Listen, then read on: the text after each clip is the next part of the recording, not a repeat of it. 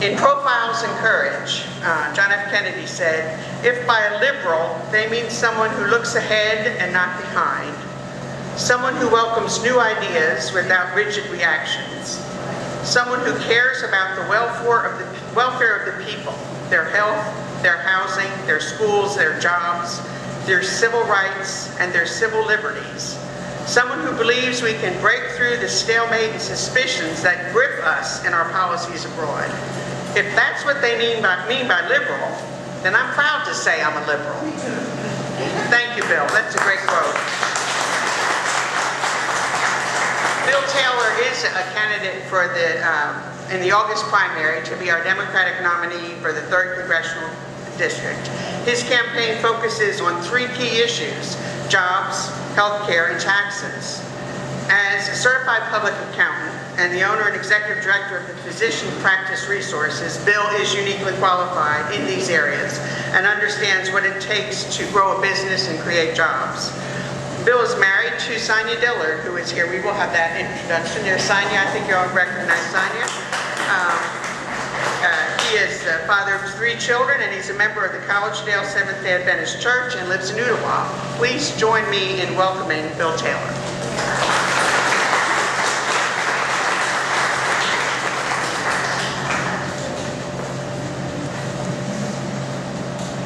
Thank you, Annie. I announced my candidacy back in mid-December, and first opportunity I got to start campaigning was on Andre McGarry's show. So I appreciate having him kick me off, and we're going to do some campaigning together. I'm glad he's running for state senate. We need his help there in the State House.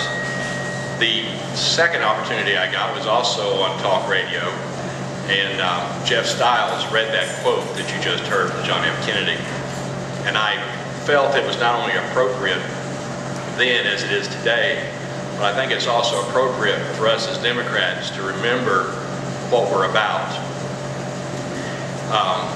Some of you may know a few weeks ago I had a fundraiser at Shooters Depot on Chalford Road.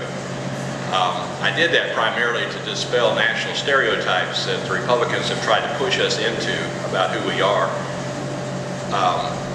And I support the Second Amendment, and I think I demonstrated that with the fundraiser. But what was interesting about that, and some of the publicity you get, you can't buy.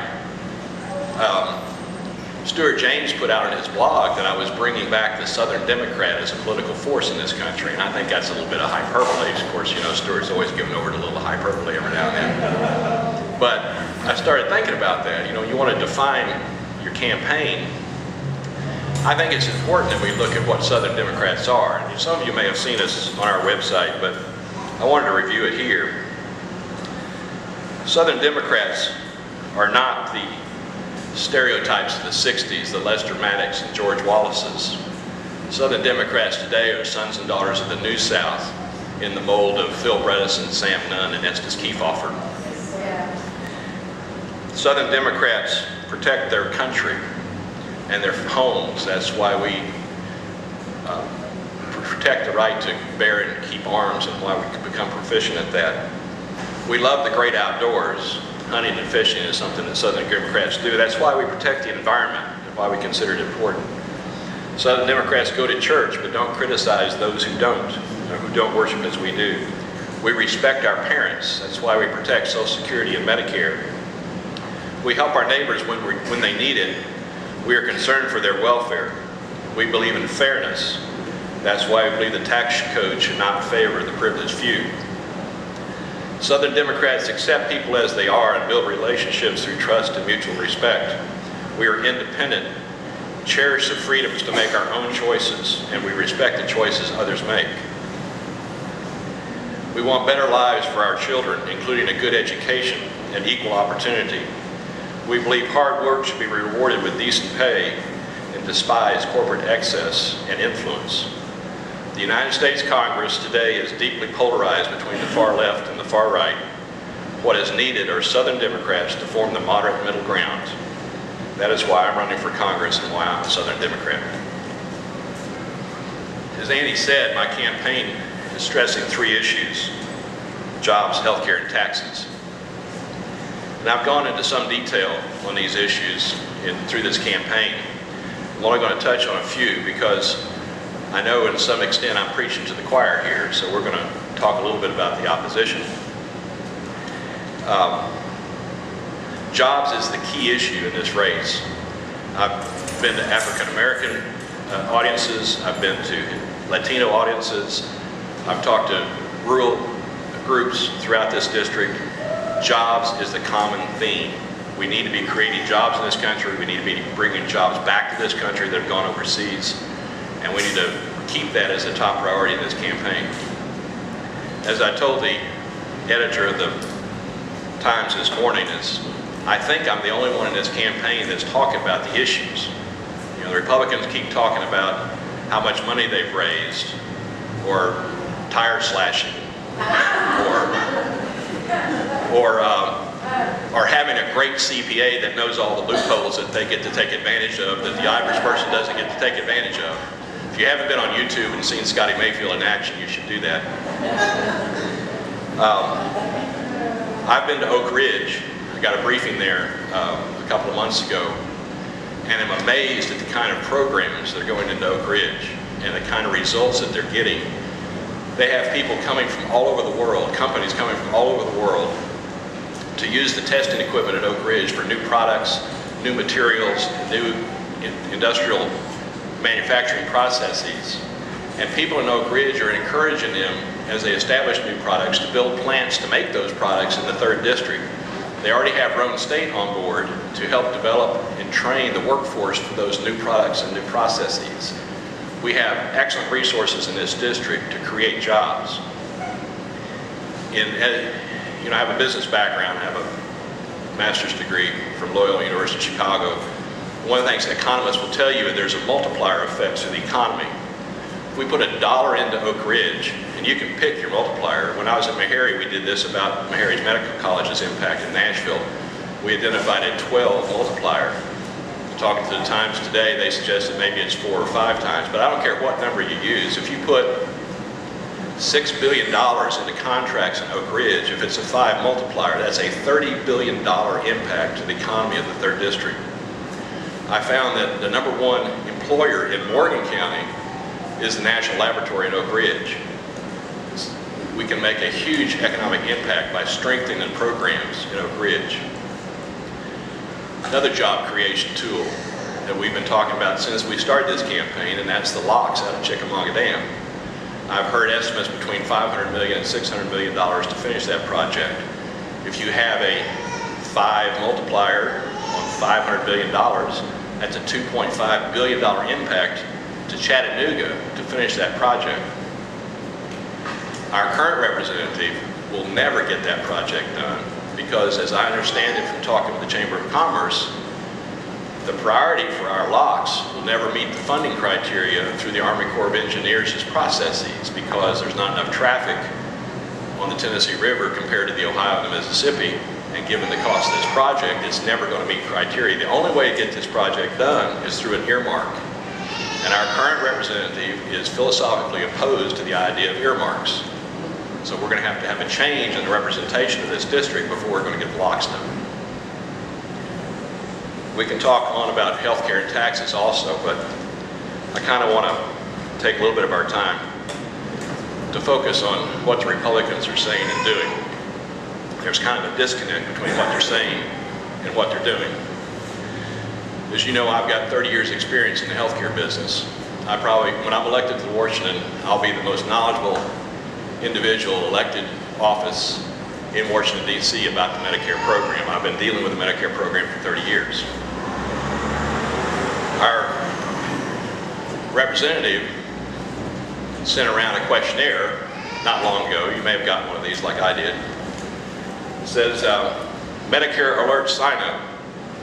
I want you to be aware of new developments might affect your Medicare benefit because I'm protecting them, or because protecting them is one of my top priorities. Okay? Now, this is after Mr. Fleshman signed off on the Ryan budget. Anybody know what the Ryan budget's all about? Okay? The Ryan budget is going to outsource Medicare to commercial insurance companies so they can stick money in the pockets of the commercial insurance lobbyists, okay? Don't let the Republicans fool you about what they're doing and what they're saying. Not long ago, I sent out a request for contributions to everybody in my Outlook and other people that I knew might be willing to give me some money. And I got a nice letter and a decent donation back from a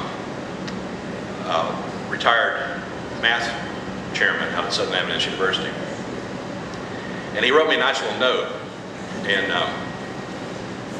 I really appreciate his comments. He said, you know, I was surprised you were running as a Democrat, knowing how a staunch Republican your father was. He says, but as I see what's happening in the Republican Party, both nationally and locally, I am sure your father would be a moderate Democrat today. And he wrote me a check. And what's nice about knowing a math professor is they like to play with numbers. So he also sent me something else. We're talking about what the Republicans are doing and what they're saying. He took 3 measures: the national debt, the gross domestic product, and the Dow Jones Industrial Average. And he said, what has happened to those measures from Truman through Obama? During that period of time, there were 36 years of Republican administrations and 29 years of Democrat administrations. The national debt increased 3.48% on average during Democrat administrations and 8.39% during Republican administrations. The gross domestic product is a little closer. Under Democrat administrations, it increased by 7.04%. Gross domestic product increasing by 7% a year. If we had 7% a year growth right now, we wouldn't have an unemployment problem. We're working our way out of the unemployment problem with the Obama administration at a 2.5% growth rate. So think what we would do with the 7. Republicans could only manage a 6.51% growth rate through the average Republican administration per year. Of course, the Republicans are all about capital gains, high income, high net worth individuals. Those folks need to rethink a little bit. The Dow Jones Industrial Average averaged an increase of 9.3% during Democratic administrations and can only manage a 5.2% return in Republican administrations. So again, there appears to be a disconnect between what they're doing and what they're saying.